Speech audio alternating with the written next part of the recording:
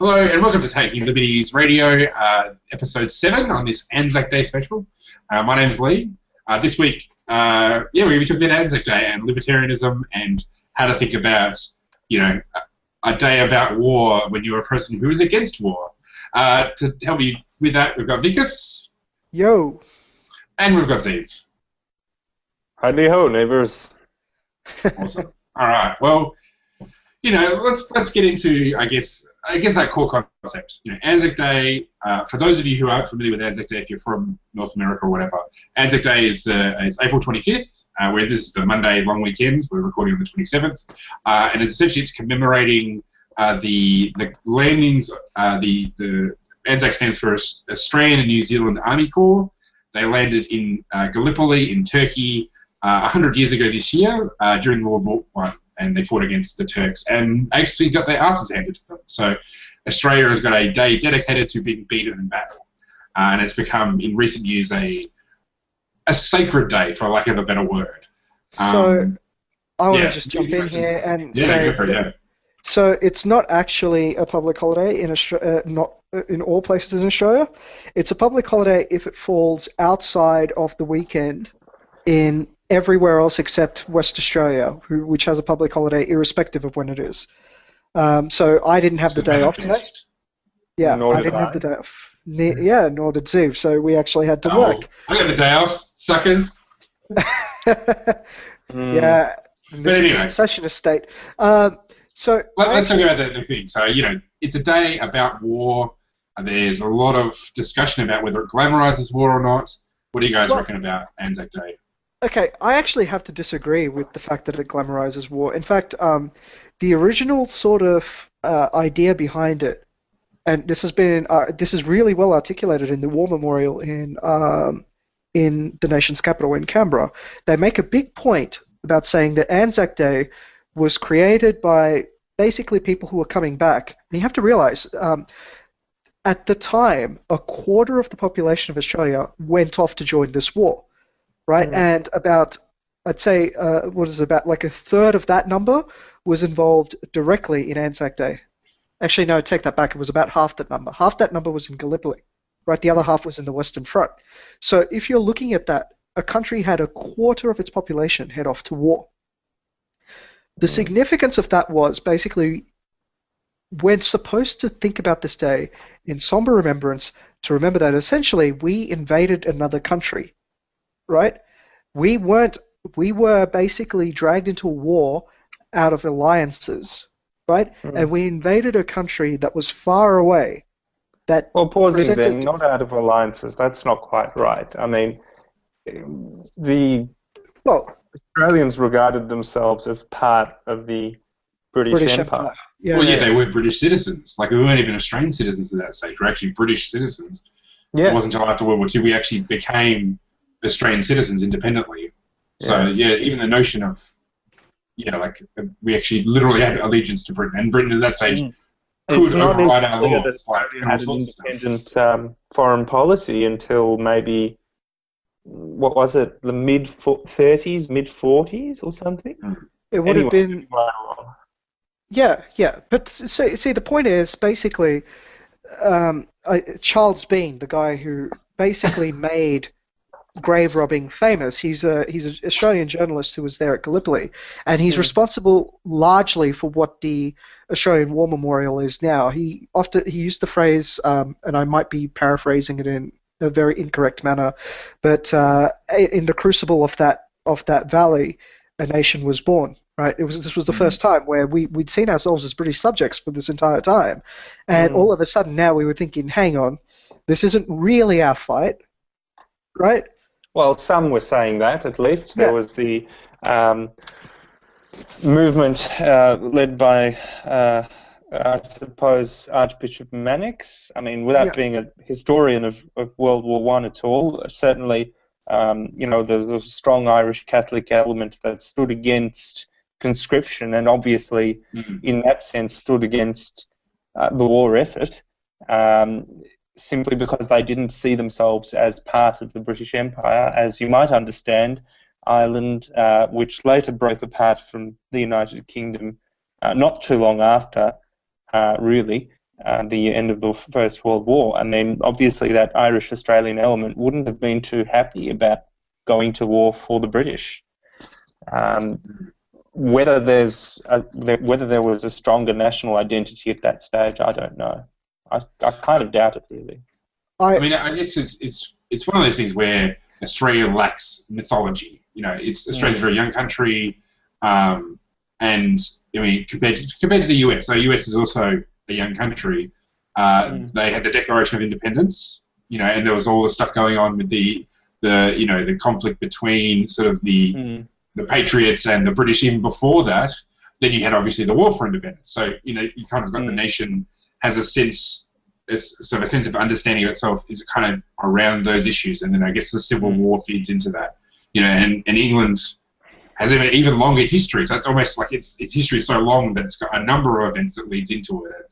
Where Australia still new, you know, federation is important, but it's not sexy, it's not interesting. It's a bunch of old guys writing a bit of paper, which, I mean, that happened with the Declaration of Independence as well, but, you know, it's like, because that became a war, that's a thing, you know, where we had a federation, everybody just kind of, apart from the Aboriginals, more or less, we just kind of get along. So I guess, like, the closest thing we really had was the Eureka Stockade, which was unsuccessful and was a limited miners' rebellion, really. Yeah. Nobody else took on the cause other than miners like Gina, who, yes, Gina's ancestors took on the cause, not literally, you know, but nobody else really did. And, so I mean, essentially, you've got a situation where kind of British colonists, I suppose, and so they were until. So I've heard it described there that you know, America is basically an ideological ode to John Locke, while Australia is an ideological ode to Jeremy Bentham. So you know, in the sense that we're far more utilitarian. It's probably not unreasonable. Possible. Yeah.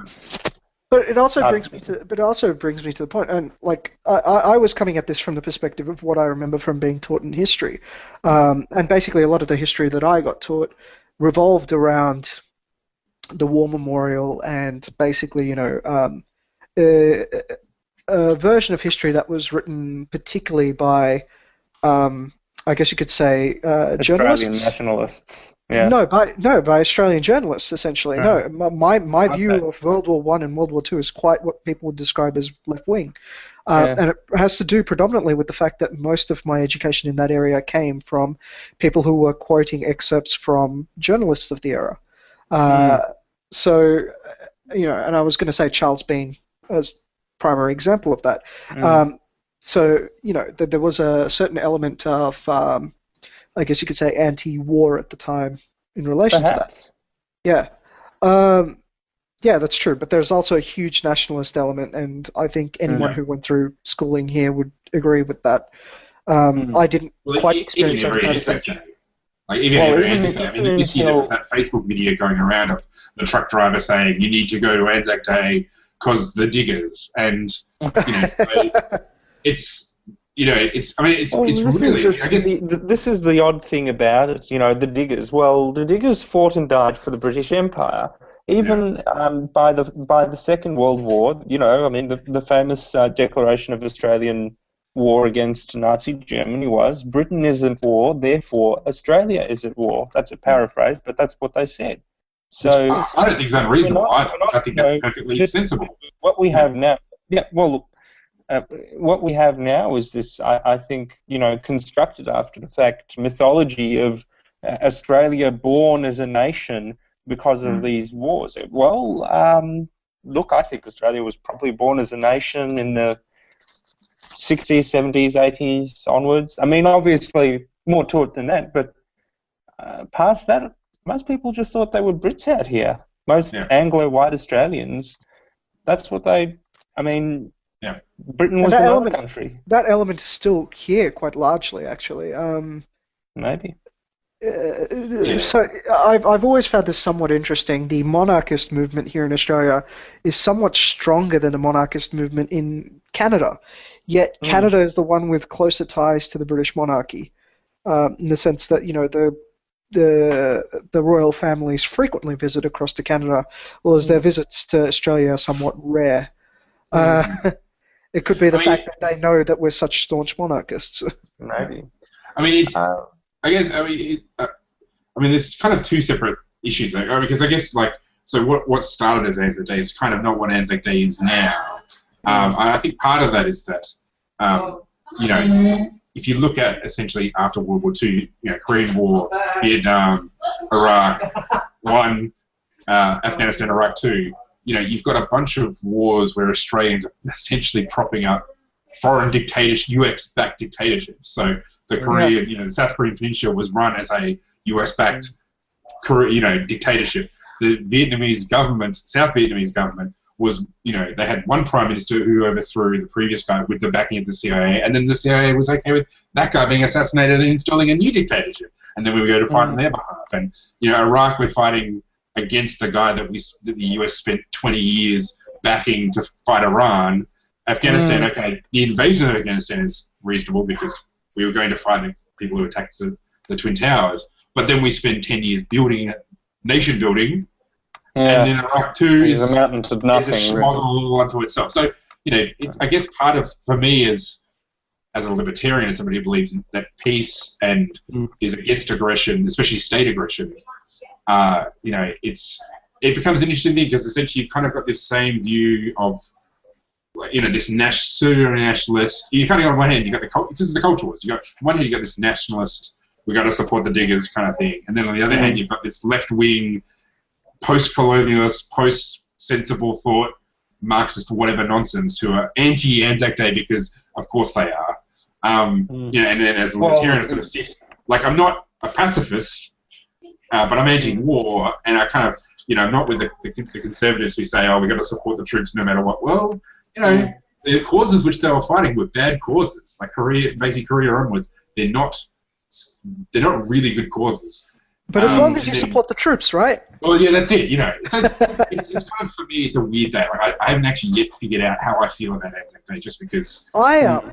You know, like I'm not against. One thing I would say though is, you know, these causes. I mean, some of them were based on a draft that was implemented and conscripted. People were conscripted to fight. Yeah. Others were, I suppose, not implemented on the basis of a draft, but still funded by the Australian taxpayer. So we really have this kind of oddity where, you know, we're kind of all expected to stand up and salute because we've all elected this government to fight on our behalf. But on the other hand, we're also expected to, you know, disagree where we should disagree in a democracy. You know, because that's healthy for a democracy, apparently, to disagree. And there's that tribalistic element of political disagreement, which here literally destroys lives and leads to the loss of many people because, well, you know, they're overseas and Aussie soldiers dying, cynically speaking, can be not that bad, really, as long as it's felt to be for the right cause or not enough people care about it. It's just a small operation, only a few troops here or there. As long as, and this is the odd thing about it, really, that we have this idea that these are troops fighting for Western values, but it kind of begs the question what Western values are. Are Western values protecting dictatorships overseas and installing a tyranny of the majority in Iraq? Or, I'm sorry, a tyranny of sectarian groups in Iraq for the sake of getting rid of the old sectarian dictator? Is that standing up for Western values? And, you know, is it standing up for Western values to have, I don't know, communist uprisings against equally brutal, perhaps, dictators from who aren't strictly communist, well, is that a moral decision to make, to back these people? Or is it just, I don't know, predicated on this idea that communism will spread throughout the lands the moment we let one fall? The domino theory, you know, and which doesn't really work. Even that, I mean, like this week, last week, few days, I actually looked into it because I was curious to know. Because, I mean, I guess, like, you can kind of make a case, like a just war, because I mean, more or less, libertarians are kind of just war theorists about, like, the theory of just war is kind of what we go with. So war is not always wrong. There are right reasons to go to war, but, just war is it. So anyway, whether Korea, whether Vietnam were just wars, because fighting communism is probably a good thing. Like, communism is pretty nasty. But if you actually look at the circumstances, as I said, they were US-backed dictators. They weren't Democrats. They were dictators. There was and from what I understand of my limited reading, there was genuine, in South Korea and in South Vietnam, there was large movements that were actually for communism. You had the Viet Cong in South Vietnam, and then in South Korea, you had a similar sort of movement of people who thought that the future was communism. And so it wasn't even just strictly... Which is not to say that they're right. It's just, I mean... Yeah. In a sense, I wouldn't mind if an Australian self-funded contingent of soldiers decided to go over there and fight the comms. Yeah. But they're not self-funded. We all pay. Yeah. And maybe that's a radical libertarian point of view, but, so what? I mean, this idea that they're over there to save us from the communists, it doesn't hold true. No. Any more than the ACT Labor bloke who went over to fight ISIS. ISIS is not going to invade us tomorrow. Maybe the ACT Labor guy who did that, not ACT, sorry, Northern Territory. Northern Territory. I was just like, what ACT? No, Northern Territory. It's just like, I can't expect these ACT guys don't really. The ACT politicians leaving the territory. It's practically unheard of. The point is, this Northern Territory guy, maybe he did something that on an individual level was the right thing to do for him. Maybe. Okay, and maybe, an individual making that choice and going over to North Korea or Vietnam, we can debate the merits of that choice, but it's quite a different thing to ask everyone to put up their hand, whether it be by taxation or conscription or what have you, and say, well, you don't get a choice. You are going to fund this war, and it's for your own good. Leaving that aside, So I do like the idea of just war theory, and in that sense, I tend to err on the side of defensive wars are always good. Offensive wars, you're probably on the wrong side. There's very few instances where offensive war is warranted, and the best examples of that is, like, I think if your close ally is being attacked, you probably have a good enough reason to enter in an offensive engagement. Again, the example. Well, if we look at basic self-defense theory, you can act in the defense of another. Yes, yeah. So basically, even then, right, when I'm acting in an offensive manner, I'm acting on defense on the defensive behalf by proxy, right? Yeah. World War II is a good example of that. So the Nazis were, of their own accord, invading other countries. They threatened Britain, our ally. They'd already invaded France and and Poland and all this. Like, clearly, if we have close ties with Britain, which we did, we were British citizens, we should aid their defence. I guess World War I is a bit of an interesting one because the causes. We were technically the cause of it. You got much more muddled. Like, you basically, there was, Serbia and Austria were having a beef, and then that basically ruined everybody else, which I think points to what Jefferson said about. The thing is, there was really no, apart from the intertangled alliances, between the parties, there was really no reason for any of them to go to war at all. Yeah. I mean, France could have, the major war happened because the major powers chose to make it into a major war. And if they said, we don't give a fuck, you guys can just have your little mini fight and we'll move on. Yeah. there would not have been this major conflict. I mean, it's the ultimate example of what Thomas Jefferson said about avoiding entangling alliances. You don't have a situation, and you kind of see that now with the alliances that the US has with both South Korea and Japan, sort of with China and against China and Taiwan. You got the situation where Taiwan and China are going to beef, or South Korea is going to beef, or Japan's going to beef, and one of them peeves off another to actually draw in a conflict, and then all of a sudden the US is legally obligated, in the case of Taiwan, legally obligated to help defend them. And whereas with the US strong allies, and then so are we going to get drawn into a war with China over Taiwan? You get stuff like, I guess that's actually the most likely thing is not war with China based on Taiwan, it's war with China based on the Philippines. Something like that. Yeah, I was going to say.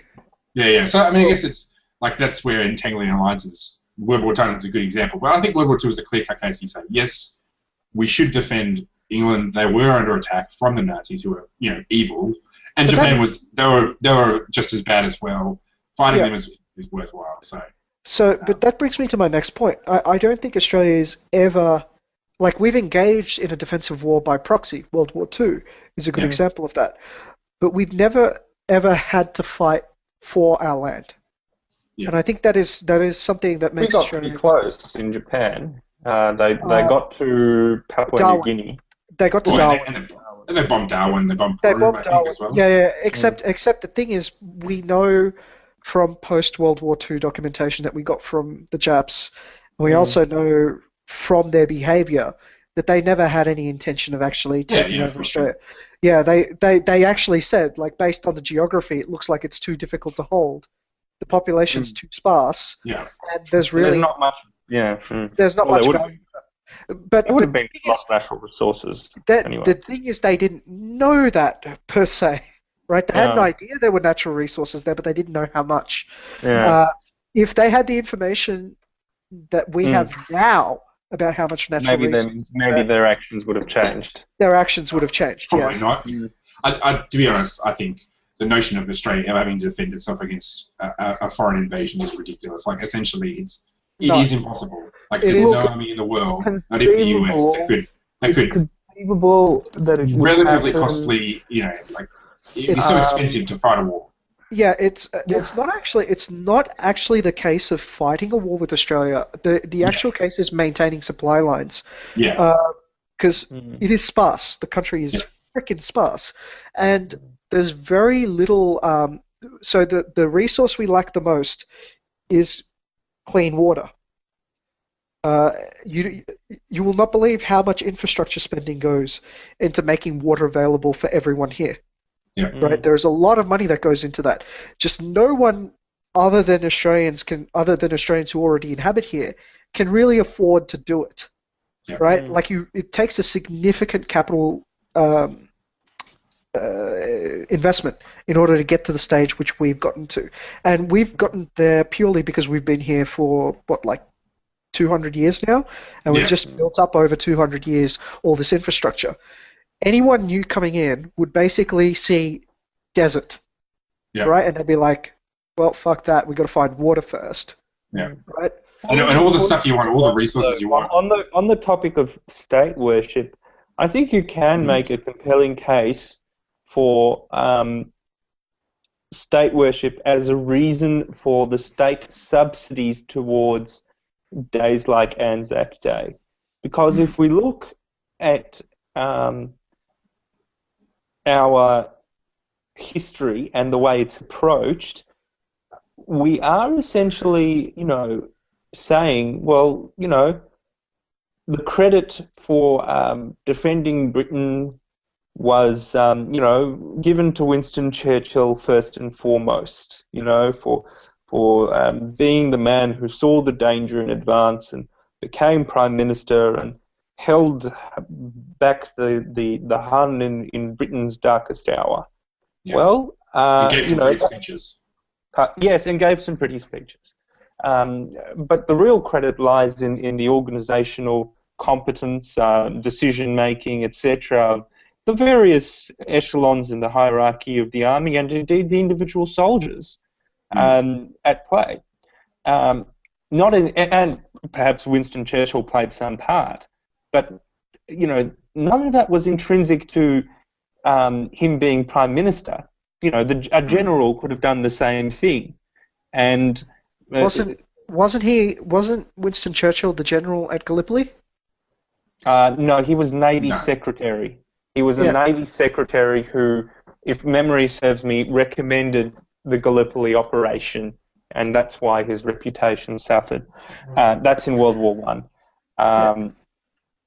So, and similarly, we look to Australian leaders here, and we do credit them in some way with helping.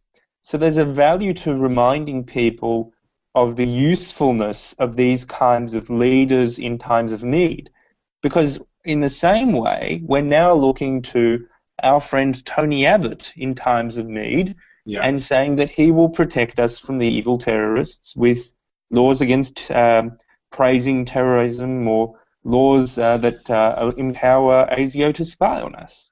So, and so on. It's a useful national mythology for politicians to subsidise.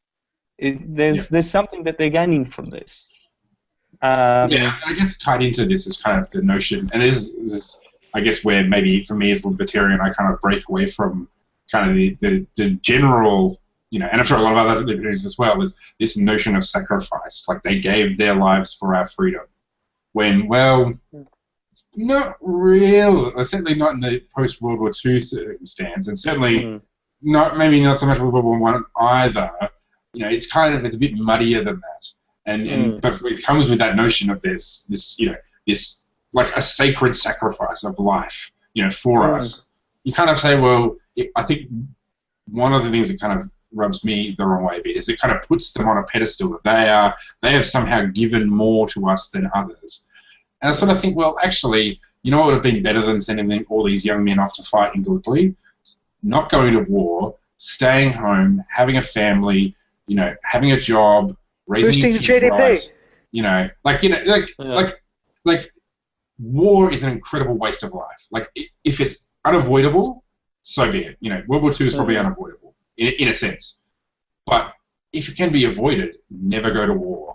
Because exactly. There's all these lines, like you see the names on these memorials, and I think every single one of those people was a brother or a father or a son, and they could have lived a productive life, a peaceful life, and given so much more than dying in Turkey or in France. Like a useless sacrifice is not a holy sacrifice. No, it's just useless. Speaking of useless sacrifices. Yeah. Speaking of useless sacrifices, what about on the topic of talking about Anzac Day, right? Because there was a guy at the SBS, Scott McIntyre, who got laid off for essentially a bunch of really, really stupid tweets. Basically, there's that site that's associated currently with the Australian Libertarian Movement, because a whole bunch of Australian Libertarians are members of it, called Our Troops Are Welfare Whores. Dole bludgers. Yeah. Diggers are dole bludgers. Yes. Which I guess is a nice little bit of alliteration. There's an American version. Sorry. Welfare whores. And the Australian version is the diggers are dole bludgers. Yeah. Awesome. Okay. I don't endorse either site, for the record. Yeah. But it's a clever title. You got to give them credit. It's a clever title for a trolling Facebook page. Even if you don't like it. I don't. But yeah. Well, actually, which brings me to my point. Like, at what stage? So exactly, what are people allowed to say and not allowed to say on this topic? Because the Australian Department of Veteran Affairs controls who can use the trademark Anzac, and then which I think is ridiculous. Which I think is ridiculous because... I even read that there was an article in which voluntary organisations, charitable ones, were selling goods, and they were actually stopped from doing that for a charitable cause because they were using the Anzac name without permission. Ludicrous. Yeah. Anyway, go on. Yeah.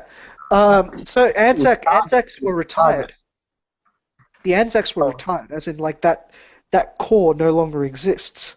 Right? It's a retired name. Now you've got the Australian Army, you've got the New Zealand Army, There is no more Anzac, right? Yet the Department of Veteran Affairs still holds the trademark for that name. And who are they to own it? A department? Are they the Anzacs?